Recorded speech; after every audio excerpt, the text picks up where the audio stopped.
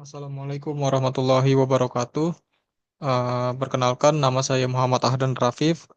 Pada kesempatan kali ini, saya akan mendemokan atau mempresentasikan bagaimana caranya kita menggunakan metode ARDL dalam analisis data di aplikasi Stata. Nah, sebelum kita mulai, saya akan menjelaskan secara singkat tentang apa itu ARDL. Nah, jadi ARDL atau yang disingkat dengan Autoregressive Distributed Lag itu adalah metode ekonometrika yang digunakan untuk menganalisis jangka pendek dan panjang antara variabel independen dan dependen dalam suatu model regresi. Nah, uji ini sering digunakan oleh ekonom, peneliti kebijakan, dan akademisi yang ingin memahami dinamika hubungan antara variabel ekonomi seperti inflasi, suku bunga, dan pertumbuhan ekonomi. Nah, uji ARDL ini dapat diterapkan dalam berbagai bidang seperti makroekonomi, keuangan, dan ekonomi pembangunan baik di tingkat nasional maupun regional. Uji ini digunakan ketika data yang dianalisis bersifat time series dan terdapat kemungkinan bahwa variabel memiliki orde integrasi yang berbeda, yaitu kombinasi I0 atau stasioner pada level dan I1 atau stasioner setelah diferensiasi pertama. Nah, uji RDL ini populer karena memiliki beberapa keunggulan, seperti dapat digunakan pada sampel kecil, tidak memerlukan semua variabel untuk stasioner pada tingkat yang sama, dan mampu mengestimasi hubungan jangka pendek serta jangka panjang secara simultan melalui pendekatan bound test. Nah, cara untuk melakukan uji ARDL itu yang pertama adalah kita harus menentukan spesifikasi model ARDL terlebih dahulu. Lalu yang kedua kita menguji keberadaan hubungan jangka panjang dengan bound test. Yang ketiga itu kita estimasi model dengan menggunakan metode error correction model atau ECM.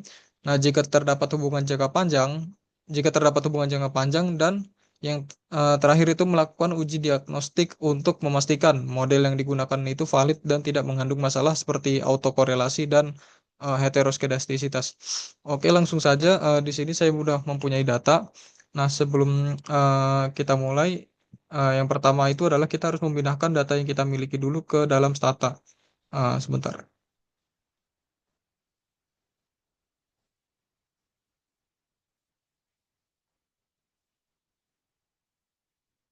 Nah, ini data yang kita miliki. Kita blok aja datanya aja. Untuk tahunnya itu tidak usah diblok. Kita copy aja. Lalu kita pindahkan ke Stata. Caranya adalah kita klik data editor.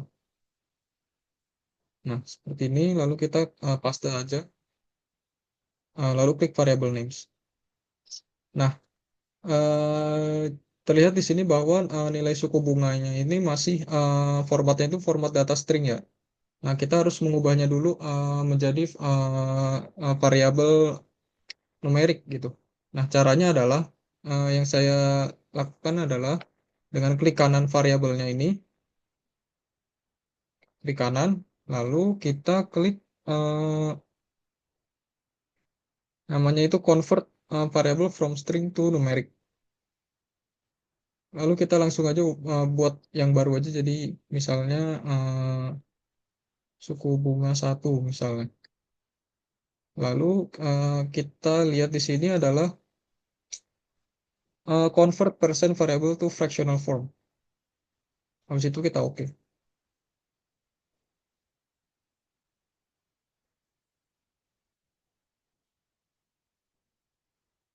Nah,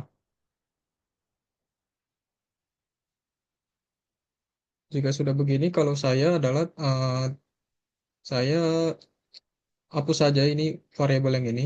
Caranya adalah kita klik klik kanan lagi, lalu kita sebenarnya bisa langsung klik delete aja seperti ini.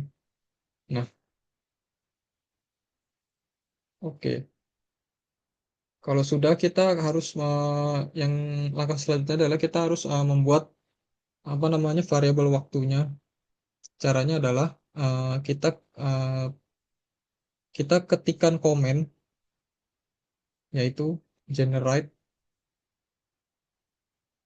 time. Untuk ini namanya bebas saja ya. Ini apa namanya, ini nama untuk variabel variabelnya di sini saya namakan time gitu. Lalu sama dengan TQ karena data yang kita miliki tadi yang ini adalah bersifat kuartalan. Jadi kita kasih format TQ sama dengan 2007, sorry, dalam kurung 2007 Q1 karena tadi datanya itu dari tahun 2007, lalu ditambah underscore n min 1. Nah, kita ke data editor lagi. Nah, kalau sudah begini, kita klik variabelnya lagi, seperti ini. Lalu kita klik titik 3 di format, seperti ini. Lalu kita ubah variabel datanya menjadi quarterly. Lalu bebas saja ini pilih yang mana aja. Kalau saya memilih yang ini, yang paling atas. Lalu klik OK. Nah, kalau sudah jadi seperti ini, kita harus men-set datanya menjadi time series itu. Caranya adalah kita kita pergi ke statistik, kita ke time series, lalu kita pilih setup any utilities, lalu kita pilih ini, lalu kita pilih variabel tadi yang time, lalu kita ubah ke format quarterly, lalu kita ketikkan OK. Nah, kalau sudah seperti ini datanya sudah di set menjadi data time series gitu ya. Lalu selanjutnya kita harus melihat apakah data yang kita miliki ini sudah stasioner gitu, sudah stasioner baik di tingkat level maupun di first difference gitu. Nah, yang pertama adalah kita ketikkan namanya df test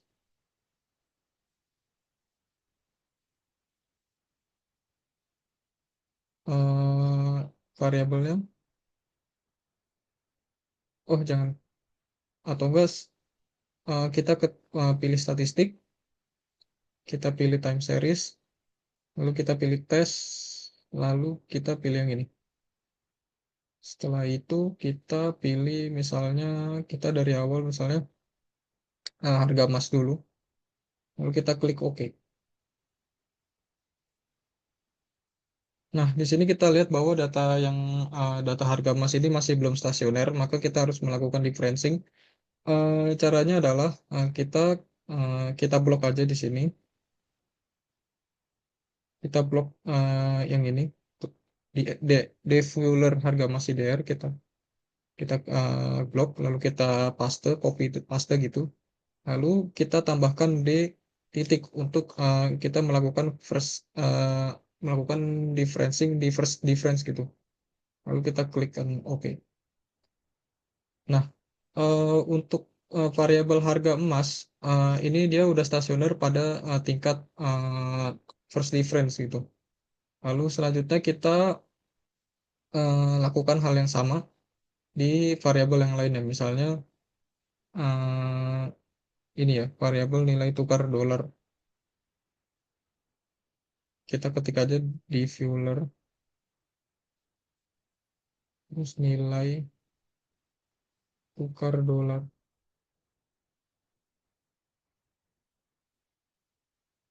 tukar dolar IDR. Nilai tukar dolar IDR. Nah, ini untuk hasilnya bisa dilihat bahwa untuk tes statistiknya ini lebih besar daripada nilai critical value-nya yang menandakan ini datanya belum stasioner dan juga untuk p value-nya sendiri juga masih lebih dari 0,05. Jadi kita harus melakukan differencing di level pertama gitu ya. Caranya sama seperti tadi. Kita blok aja. Lalu kita tambahkan D titik. Nah, bisa dilihat bahwa data nilai tukar ini sudah stasioner pada first difference gitu. Nah, selanjutnya kita akan lakukan hal yang sama di ketiga variabel ini. Yang ketiga itu kita akan melihat variabel minyak dunia, harga minyak dunia apakah sudah apa namanya udah stasioner minyak dunia WTI barel.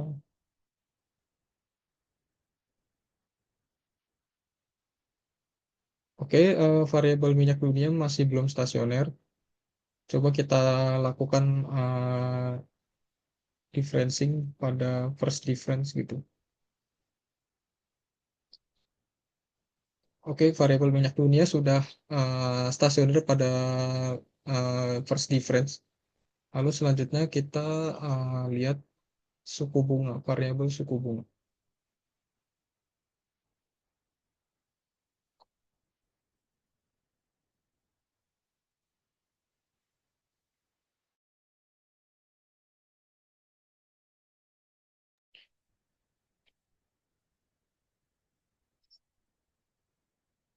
Oke, untuk variabel suku bunga dia masih belum stasioner pada tingkat level.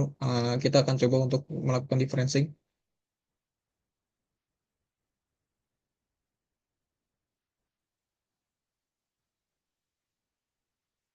Oke, untuk variabel suku bunga ini sudah stasioner pada first difference gitu ya. Lalu yang terakhir kita akan coba lihat harga emas, eh permintaan emas ya, variabel permintaan emas.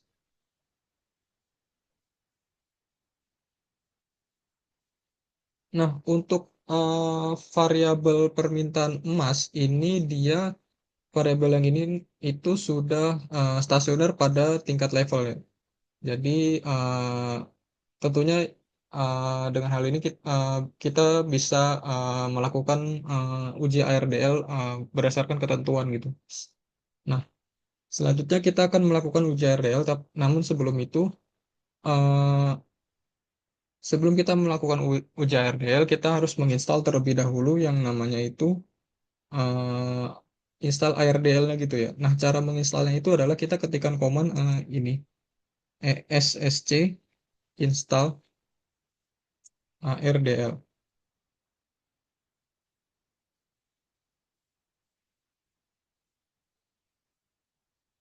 Oh ya, pastikan teman-teman eh, sebelum melakukan install ini pastikan sudah terkoneksi ke internet ya.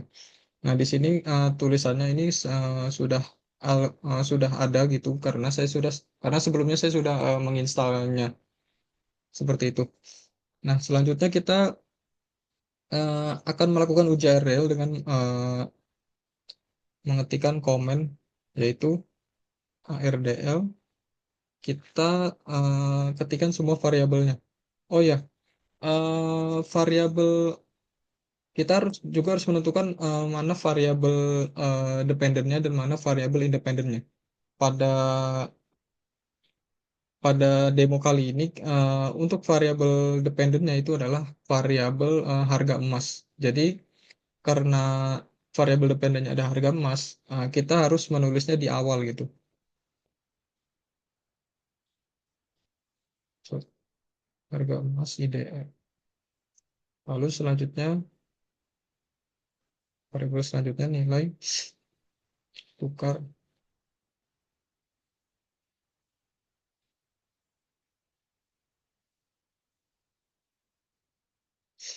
Oh ya, kalau misalnya variabelnya dirasa terlalu panjang untuk di apa ya, untuk dimasukkan ke dalam komen, sebenarnya bisa apa ya, bisa diganti dengan variabel yang lebih pendek misalnya seperti singkatan atau apapun itu. Namun di sini saya tidak melakukan hal itu karena untuk apa ya, untuk supaya tidak bingung aja gitu. Misalnya yang ketiga itu variabel minyak dunia.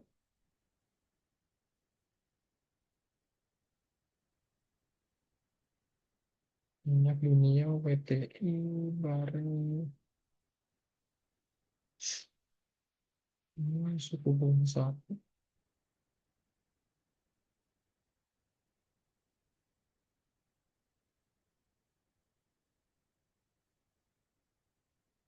Nah, kalau misalnya semua variabelnya sudah dimasukkan, sudah diketikkan ke dalam komen, maka yang selanjutnya adalah kita eh, ketik koma, lalu max leg dalam kurung 2, lalu AIC. Nah, eh, ini adalah hasil dari uji ARDL-nya gitu ya. Bisa kita lihat ini adalah hasilnya. Eh, nah, seperti yang kita lihat bahwa untuk model ARDL-nya sendiri yang ini yaitu 20020. Lalu eh, untuk nilai F-nya itu, nilai F statistiknya itu adalah sebesar 41,55 yang menunjukkan bahwa seluruh model ini signifikan gitu ya. Lalu lalu ini prob F-nya itu juga menunjukkan modelnya ini signifikan secara statistik untuk eh, lalu kita lihat di bawahnya ini bisa dilihat bahwa harga emas untuk koefisien leg 1 itu sebesar 0,3671 dan signifikansinya itu sebesar 0,28.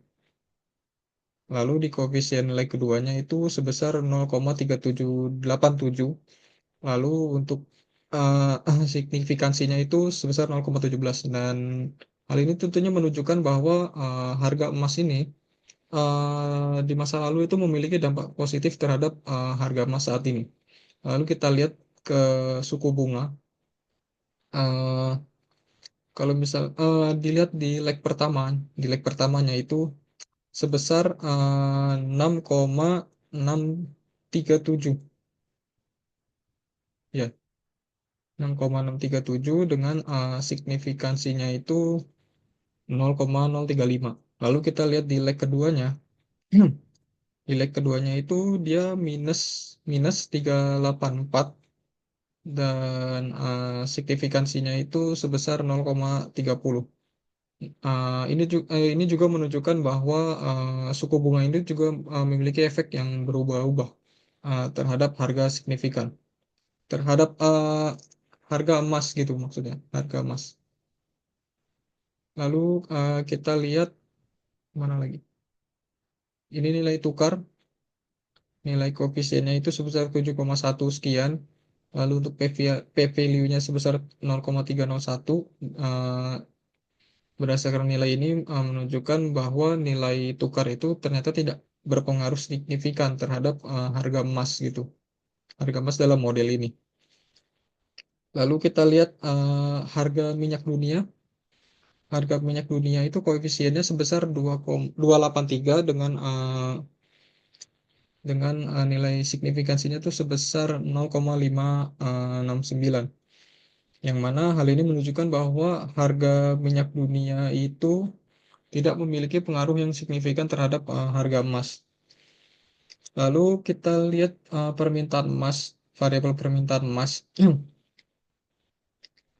Di variabel permintaan emas, nilai signifikansinya itu sebesar 0,641. Ini juga menunjukkan bahwa permintaan emas global itu ternyata juga tidak memiliki dampak yang signifikan terhadap uh, terhadap harga emas gitu dalam model ini.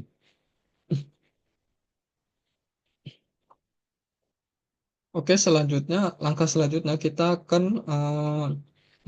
mencari tahu bagaimana mencari tahu eh, apa ya, lag dari masing-masing variabel itu. Selanjutnya kita akan mencari tahu lag dari masing-masing variabel dengan cara mengetikkan eh, comment matrix list dalam eh, kita tambahkan dalam kurung lex.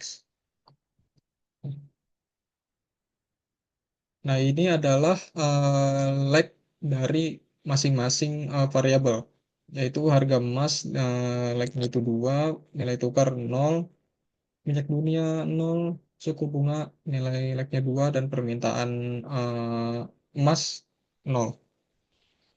Nah, selanjutnya kita akan apa namanya? eh Mencari tahu apakah model ini kita akan mencari tahu model ARDL co-integration-nya gitu. Caranya adalah kita ketikkan komen lagi, komen yang ini, kita copy aja sampai sini.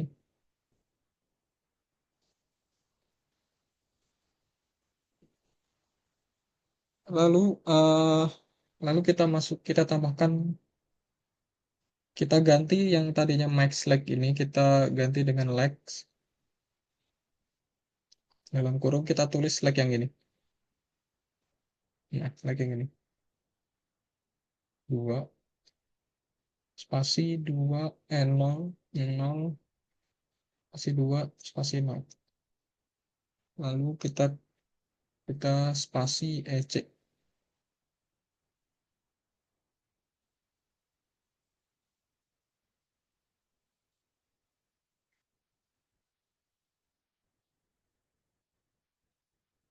Nah, ini untuk hasilnya ya, eh, hasil dari komen yang tadi.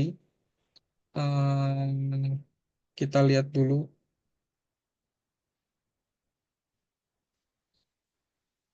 untuk mana ya? Sebentar.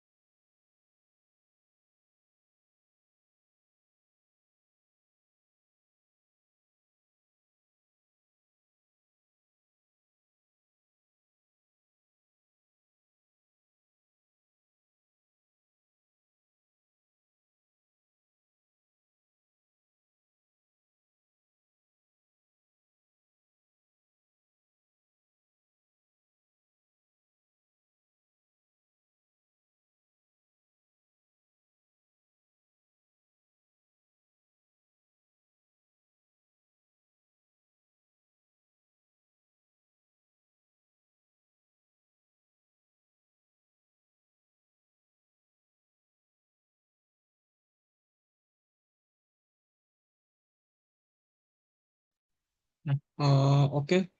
Eh, ini adalah hasil dari komen yang tadi ya.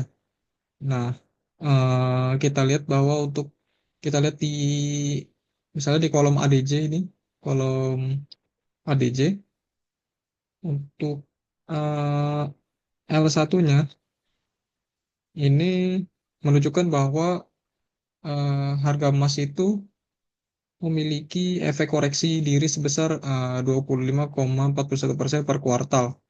Dan ini juga terdapat tanda negatif yang menunjukkan adanya hubungan jangka pendek yang stabil gitu.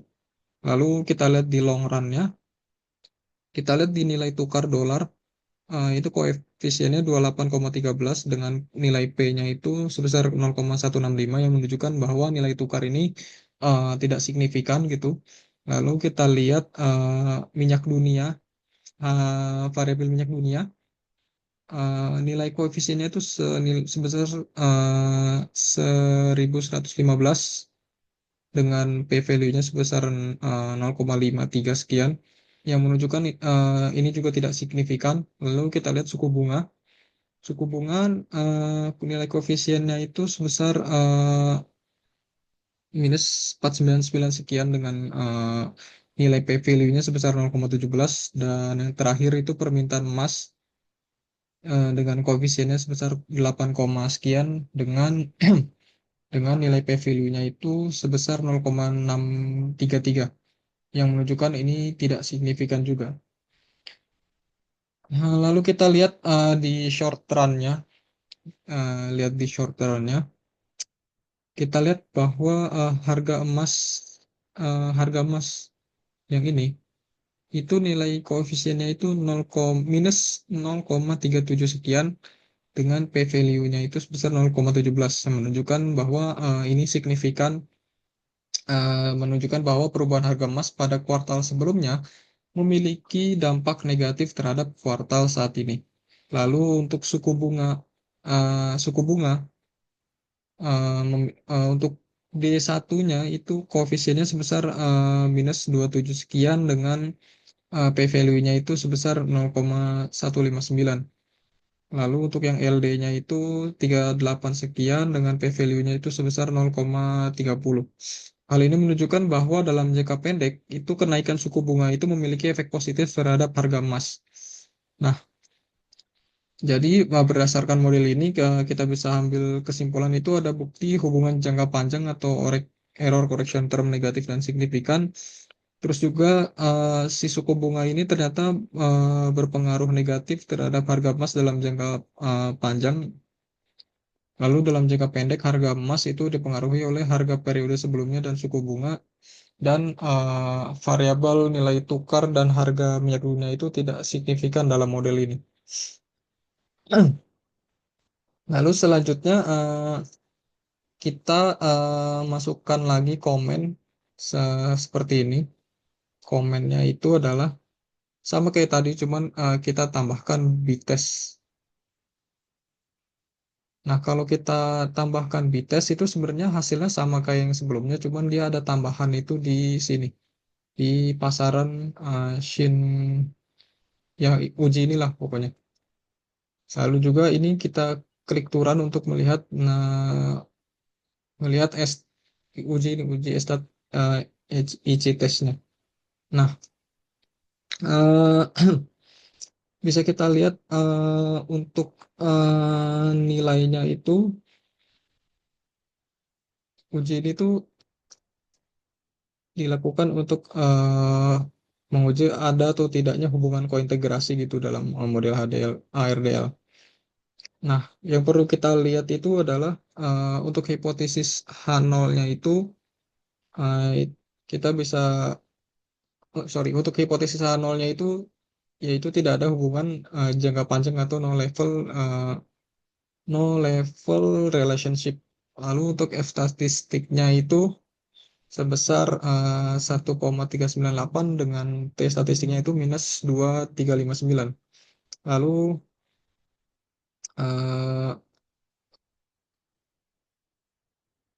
kita kita lihat eh, nilai F statistiknya itu ternyata lebih kecil dari batas bawah atau I0-nya itu di semua tingkat signifikansi. Nah,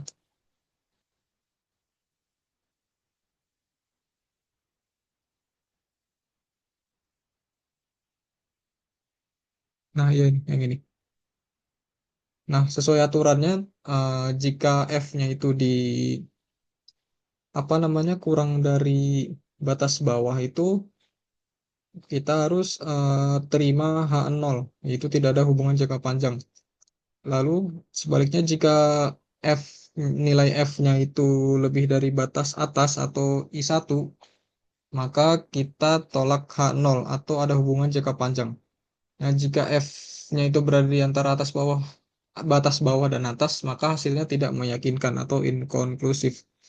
Nah, karena F statistiknya itu di bawah batas bawah, F statistiknya ini di bawah, eh, kurang dari batas bawah di semua nilai kritis, ya, maka kita bisa simpulkan bahwa kita maka untuk hal ini kita menerima H0 yang berarti tidak ada hubungan jangka panjang atau co-integration antara variabel.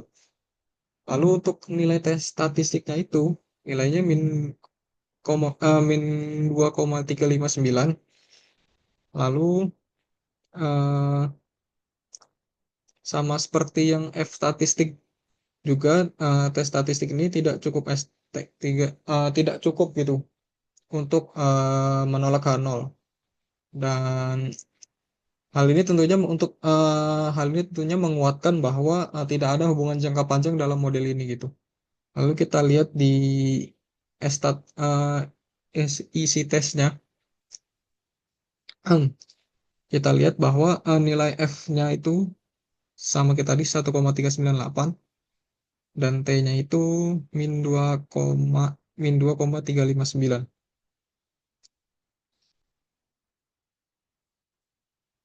Lalu kita lihat nilai kritisnya. Sama sebenarnya cara bacanya sama kayak yang ini ya, cuman ini kayaknya lebih jelas aja gitu, lebih gampang membacanya gitu. Kita juga bisa intinya eh, intinya dua uji ini sama aja. Cuman yang ini mungkin lebih memudahkan kita gitu untuk membaca apa namanya untuk apa ya, merepresentasikan hasilnya gitu. Nah, berdasarkan tadi gitu kita bisa mengambil kesimpulan bahwa eh, ini tuh memberikan hasil yang sama bahwa tidak ada bukti hubungan kointegrasi dalam model ini. Nah, variabel independennya itu sendiri tidak memiliki efek jangka panjang yang signifikan terhadap variabel dependen dan model ARDL ini ternyata lebih cocok digunakan untuk analisis jangka pendek gitu. Nah, selanjutnya kita akan melakukan uji validasi gitu, validitas seperti melakukan uji heteroskedastisitas, autokorelasi dan sebagainya. Nah, untuk yang pertama kita akan melakukan uji autokorelasi. Caranya adalah kita ketikkan komen stat Watson.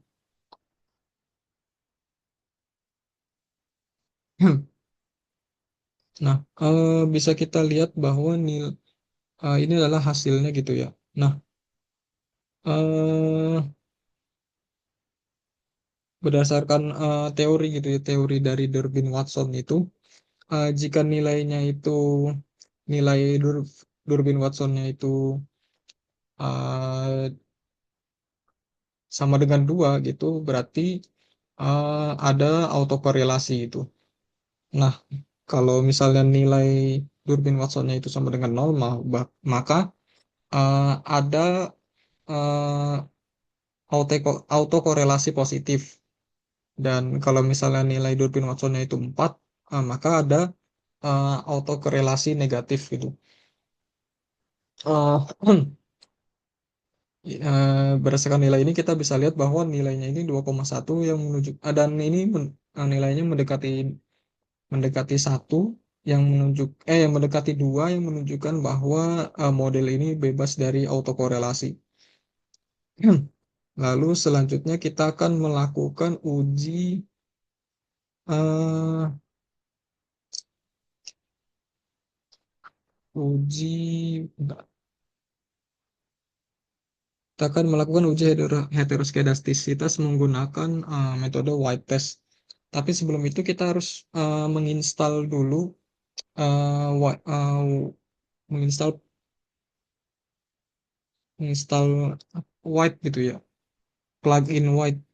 Caranya adalah sama seperti tadi, yaitu ssc install white.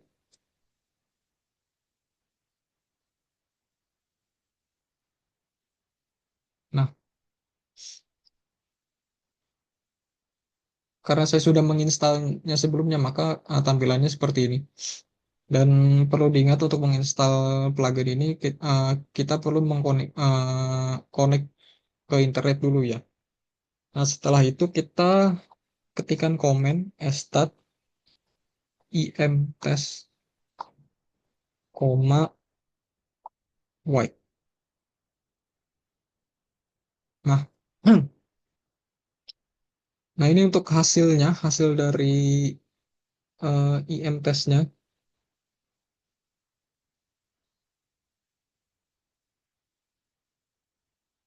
kita lihat bahwa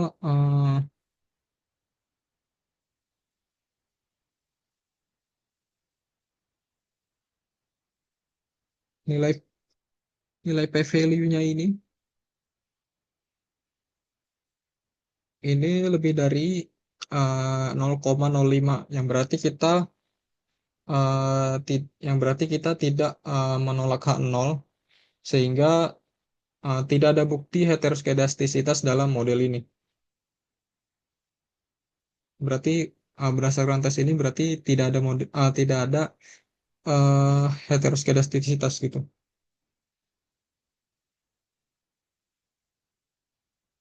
Lalu yang terakhir adalah kita akan melihat apakah model yang kita akan mencari tahu apakah model yang ini itu sesuai gitu, sesuai atau cocok dengan menggunakan uji yang namanya itu uji CUSUM, CUSAM. Nah, sebelum melakukan uji tersebut kita uh, juga harus menginstal yang namanya CUSUM 6.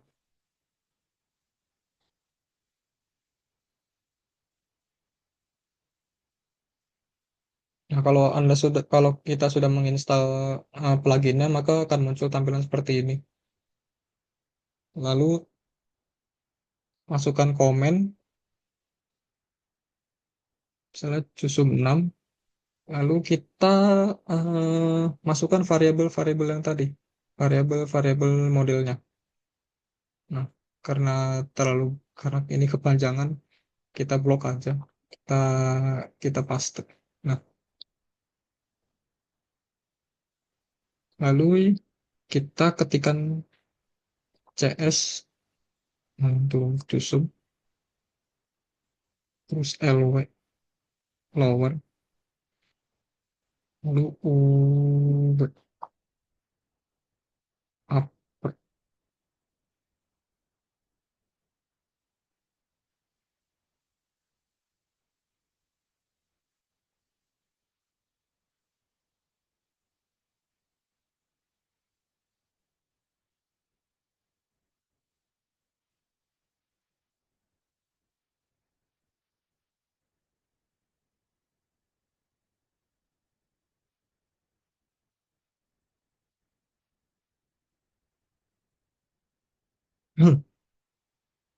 Nah, ini bisa dilihat ini adalah hasil grafiknya gitu ya.